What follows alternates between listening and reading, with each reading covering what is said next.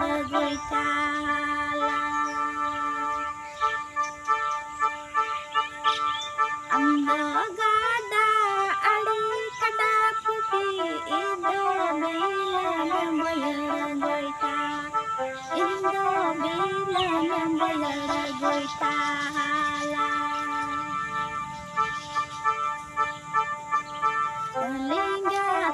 sini katung sujud galam में gancha hurulai milang ngacur gancha hurulai milang ngacur nyapa lenggati sini katung sujud galam में gancha hurulai milang ngacur gancha hurulai milang ngacur nyapa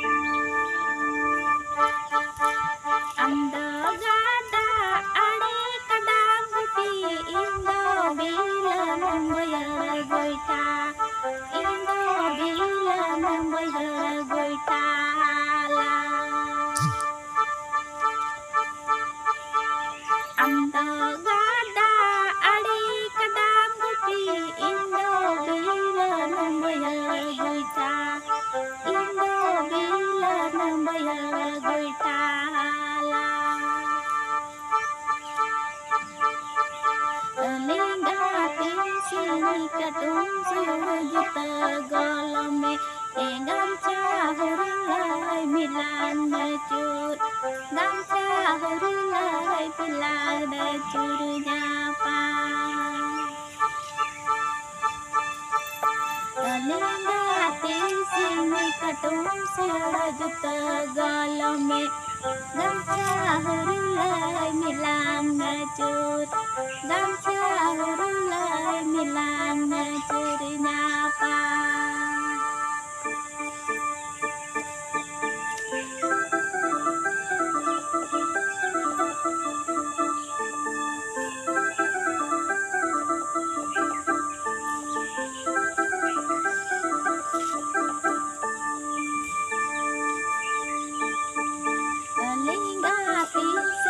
katung sujud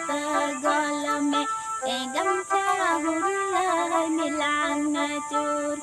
gancha hurulai milang ngacur nyapa lenggati sini katung sujud galam में gancha hurulai milang ngacur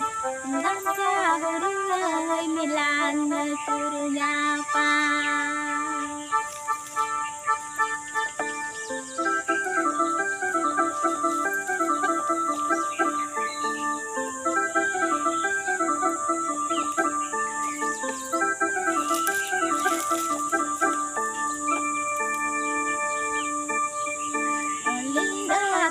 sini katung sujud galam में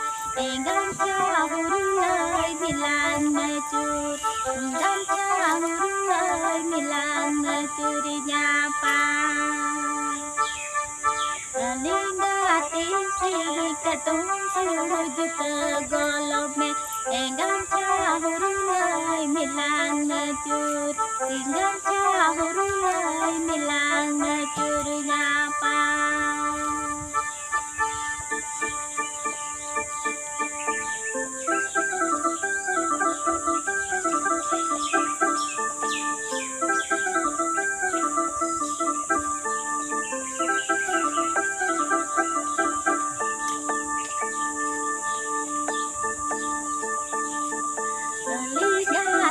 sini katung sujud galam में gamcha hurulai milan cur gamcha hurulai milan cur nyapa Ligati sini ketum sujud golope gamcha hurulai milan cur gamcha hurulai milan cur nyapa Ligati sini ketum sujud golome gamcha hurulai milan cur gamcha hurulai milan cur nyapa gamcha hurulai milan cur gamcha hurulai milan cur nyapa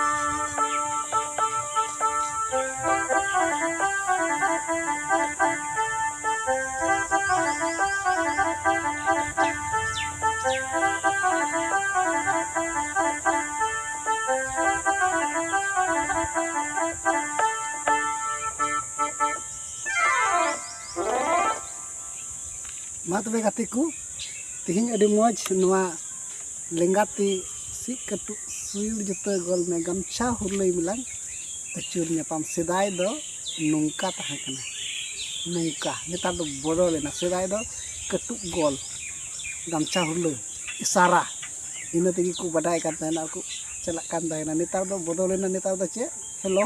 hello hello हेना hello phone hello हेना अदो बय बयते बदल चलक कना सुबा नेतार दा हेलो लखाय गी हे हुइना मिस कॉल अखा मैसेज ऑल हेलो हुइना और पहिल दो ओना मेटकुटी बिजली और इयो चे को मिता ओना कटुक ते गोल से गमछा हुरले चे जो इशारा उनका थाहे कना इन तेगे बुझेवा अदो नेतार दो ओना दो बदल ना नेतार दो हेलो बस हेलो लेखा गी गेलो अदो नवा सिरिंग और बनाम तो कुसिया कान खाय चिकाय को अच्छा सब्सक्राइब ताउन पे लाइक ताउन पे शेयर ताउन पे और कमेंट रे लहे लिंग पे चे लका लिंग सिरिंग केदा मेनते कमेंट रे बडाय चुलिंग पे अदो मा तबे आपे सनाम दिसम रे नियलिया को अलिंग मरियम दीदी तलिंग से खय से नई बनाम रमी तलिंग से खय जत्ता को अडी मानत जोहार